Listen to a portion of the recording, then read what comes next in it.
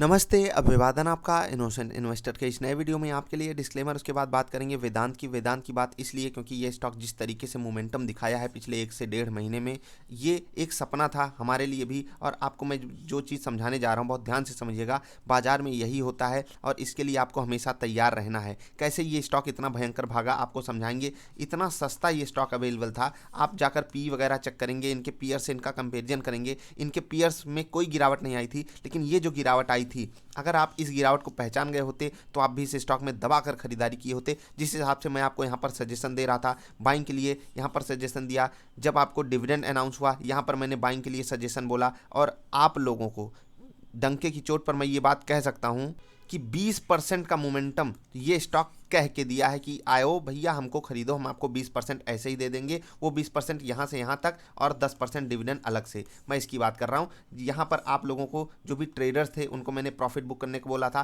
बिल्कुल same condition yes bank जैसी थी। और यहाँ पर मैंने एक चीज़ आपको वार्निंग दी थी जो यस बैंक में मैंने दिया कि जो लोग इन्वेस्टमेंट पर्पज से स्टॉक लिए हुए हैं उनको नहीं बेचना है। वीडियो अवेलेबल है, आप उसको जाकर देख सकते हैं। अब इन्वेस्टमेंट पर्पज़ के लिए जब इसकी डीलिस्टिंग हो रही थी तो हम भी अलॉटमेंट मतलब जो टेंडर किया जाता है शेयर, हम भी शेयर टेंडर करने की कोशिश कर रहे थे, लेकिन डीलिस्टिंग ही फेल हो गई। और उसके बाद हम अवेलेबल थे, हमें एवरेज करने का मौका यहाँ पर मिला। और मैंने आप लोगों को बोला भी था कि ये एवरेज करने का टाइम है, एवरेज कर लीजिए, दबाकर माल उठा लीजिए। और अब स्टॉक का प्राइस 140 रुपये पे ट्रेड कर रहा है। क्या यहाँ पर आपके पास ऑप्शन है? जी बिल्कुल आपके पास ऑप्शन है। अगर आप इसको स्टॉप लॉस समझते हैं तो अभी भी यहाँ पर पॉजिटिव बाइंग कर सकते हो, लेकिन अब जो बाइंग होगी वो स्विंग ट्रेड जैसी होगी। तो क्या ये स्विंग ट्रेड हमारा जस्टिफाइबल है? जी हाँ, हम एक ब्रेकआउट स्विंग ट्रेड कर रहे हैं। कैसे, आपको मैं समझा देता हूँ। अगर आप यहाँ पर ऑप्शन ढूंढोगे तो ये जो लेवल है बहुत बड़ा स्विंग ब्रेकआउट बन के आ रहा है, क्योंकि कोरोना क्राइसिस के बाद एक बार ये प्राइस इसने टच किया था। और इनके जितने भी पीयर्स हैं, मैं यानी कि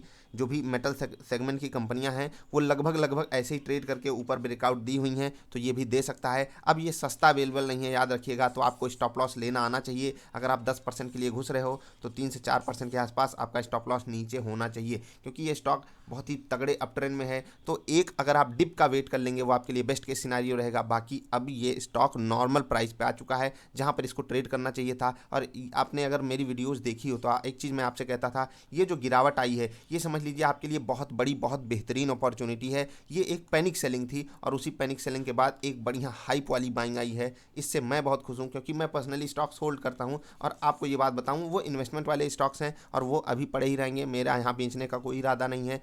अगर एक गिरावट आती है तो देखेंगे। बाकी अभी के हिसाब से जो वेदांत की परफॉर्मेंस है उसे अब हम एज यूजुअल कह सकते हैं, क्योंकि इस पैनिक की सिचुएशन को वेदांत ने टैकल कर लिया है। अब हमारे सामने क्या चारा बचता है? देखिए, अगर कुछ न्यूज़ की बात करें तो न्यूज़ जो है वो नेगेटिव ही अभी चल रही है कि वेदांत को ज़्यादा महंगे इंटरेस्ट रेट पे बॉन्ड्स लाने पड़ रहे हैं बाजार में। ठीक है, अब जो रेटिंग है वो भी डाउनग्रेड की जा सकती है, क्योंकि इनके ऊपर कर्जा बहुत बड़ा है इनकी पेरेंट कंपनी के ऊपर। लेकिन अपोजिट में क्या हो रहा है, इतने प्राइस के ऊपर भी अगर आप देखेंगे 1,74,00,000 शेयरों की डिलीवरी उठ रही है 150 की प्राइस पे। और पिछले दिन यानी कि कल की डेट में भी 1,73,00,000 शेयर्स की डिलीवरी उठी थी। तो ये एक बहुत पॉजिटिव सिग्नल यहाँ पर भी दे रहा है। लेकिन अब आपके सामने ऐसा हरा चारा नहीं पड़ा हुआ है जो का लगभग 30 से 35 दिन पहले पड़ा था। क्यों? क्योंकि ये स्टॉक आपके सामने बहुत सस्ता अवेलेबल था। आप किसी भी प्राइस पे लेते, 95 पे लेते, 100 पे लेते, 105 पे लेते, आपके लिए बात जस्टिफाइबल थी। लेकिन अब अगर आप 140 के ऊपर ले रहे हो तो सिर्फ और सिर्फ आप ब्रेकआउट ट्रेडिंग कर रहे हो।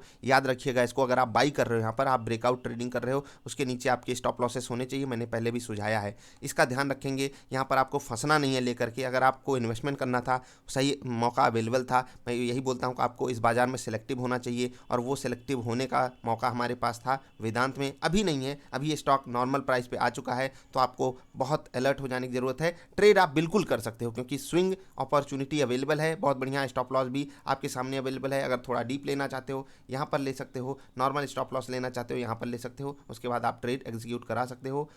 ऐसा कोई बहुत बड़ी पॉजिटिव न्यूज़ नहीं है, तो ध्यान इस बात का भी आपको रखना है। स्टॉक जो है सिर्फ और सिर्फ इसलिए बढ़ा है, सिर्फ और सिर्फ इसलिए बढ़ा है क्योंकि बहुत सस्ता अवेलेबल था। चाहे वो मार्केट का कंपेरिजन किया जाए या फिर इनके पीएस का कंपेरिजन किया जाए। आप क्या सोचते हो इस बारे में? नीचे कमेंट करके बताइएगा। आपने वेदांत से पैसा कमाया था या नहीं, ये भी बताइएगा। अभी के लिए इतना ही, मिलेंगे फिर से किसी अच्छी वाली वीडियोज़ में। तब तक के लिए हंसते खेलते रहिए यार, और वेदांत जैसे स्टॉक्स को ढूंढते रहिए। नमस्ते, बाय बाय।